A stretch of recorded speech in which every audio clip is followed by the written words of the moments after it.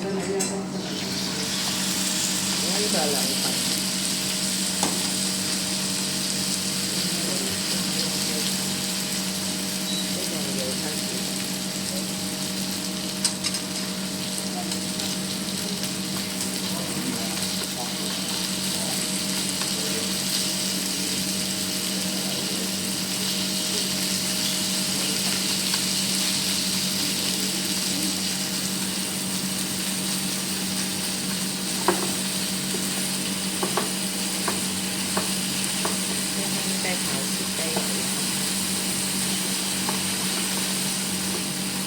煎到啲邊開始有啲乾面，你預計1分鐘到啦，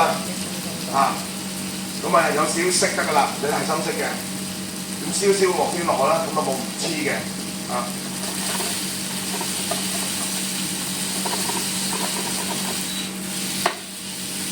呢度係一隻雞髀嘅肉嚟嘅，隔咗出嚟嘅雞。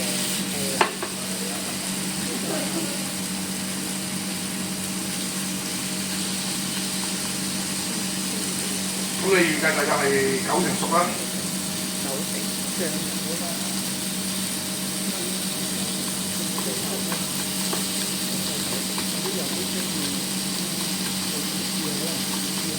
唔使太熟嘅，唔好到太熟啊，因為我仲用湯煮嘅，所以唔使太熟。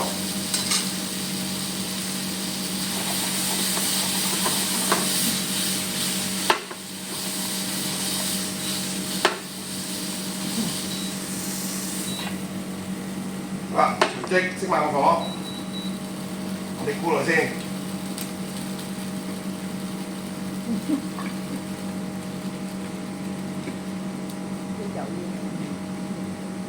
講一口佢。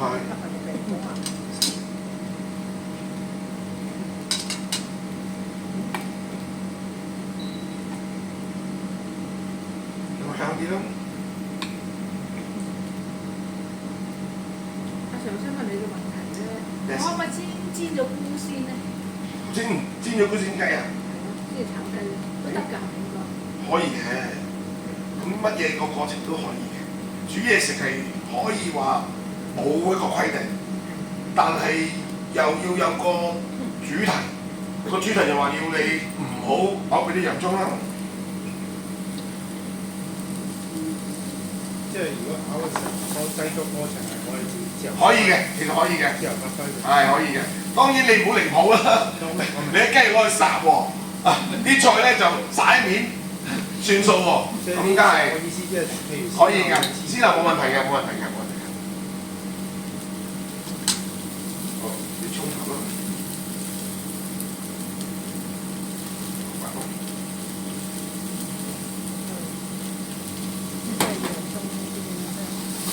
所以我哋煮嘢食唔會話你一定要咁做先達到嗰個效果，唔係，你要明白我哋點解做呢個動作而達到嗰個效果，呢個先最重要，明唔明啊？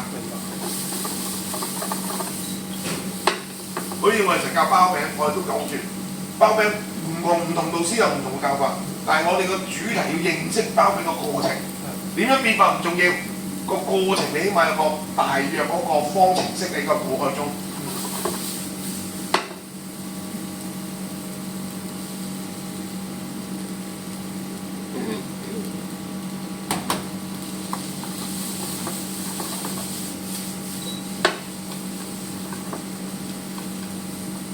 如果你而家做炒個菜唔拍冬菇，你冬菇冇可能有嗰個效果，即係意思係咁樣。當然你話我唔要呢個效果冇問題，係咪爭好遠咧？唔係爭好遠嘅。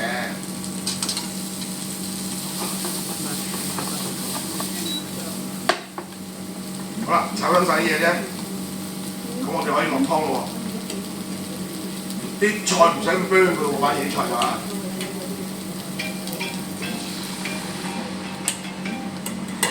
煮到腍腍地為止。如果雞好生嘅早啲放，如果雞好熟就遲啲放。如果雞有少少生咧，就中間放。就呢啲就係我哋嘅要求啦，明唔明意思？咁加落埋完啦。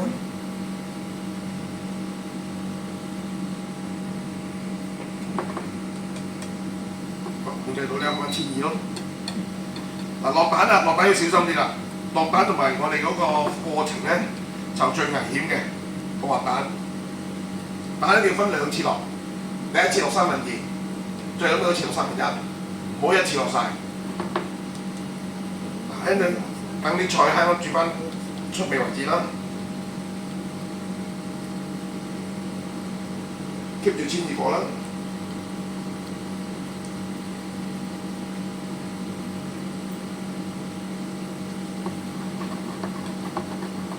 好啦，開始啲菜腍腍地啦。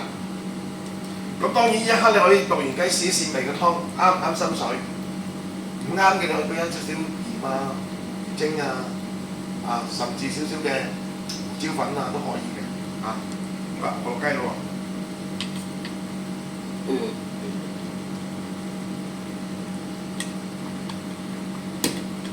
咁而家個母親咧就落咗去啦，個仔仲未出現嚇，個仔仲未出現㗎。個仔未放工啊！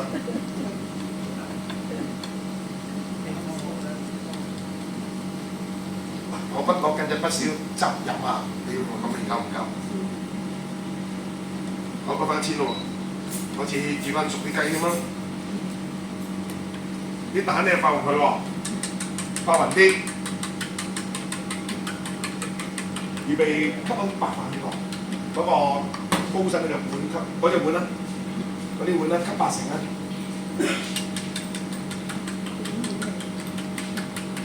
濕少水喎，唔係用個鋼兜吸，鋼開始淋晒啦喎。咁我哋而家教800，跟住佢考試嘅話咧，搞800之後咧，跟住咧你就預備去攞飯，雞落蛋，明唔明白？兜個圈落，過嚟咯，搞掂啦，快啲過嚟啦！落完蛋，應該落蛋前攞咗飯先。係落蛋前落飯啦，冇行開。好，留翻1/3，隻蛋輕得熬個烹，有少少蛋皮絲出現為止。OK。因為呢個碗太細咧，佢倒落都踢唔到嘅，所以我哋揾上兜上大碗。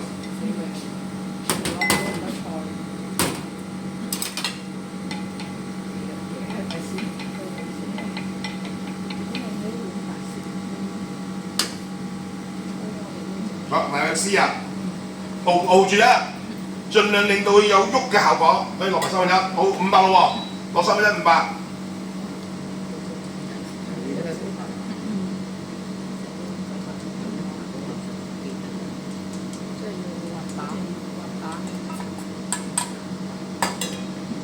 聽你手。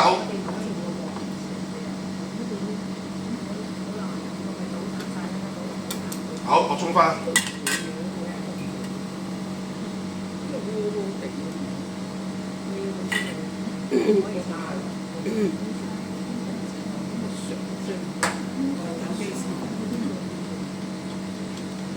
記住，執得嗰邊，好冇佢。好啦，開始有少少結焦嘅狀態啦。咁啊，中意食生啲，早啲落。如果驚，哎呀，我驚太生啦。不過咁樣可能個面話好熟晒，可以用火槍燒得。即係如果出邊都可以用火槍燒佢，等嗰個面冇話咁生，又要滋潤喎，滑蛋啊嘛，你明啊？嗱 ，OK 咯喎，嚟咯喎。如果你真係驚咧，可以喺你咁樣我啲蛋出嚟，咁令到個蛋盡量薄翻身啲，明唔明啊？好啦 ，OK 咯喎。好，開翻煮翻9分鐘，好掂，好近到先，慢慢望住。